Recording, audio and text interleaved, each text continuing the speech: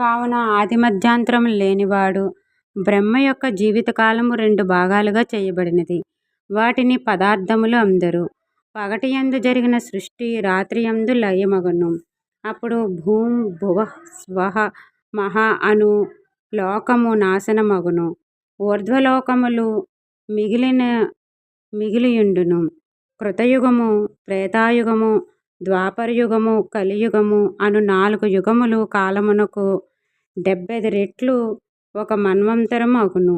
4 యుగముల కాలము 1000 రెట్లు ఒక బ్రహ్మకల్పమగును.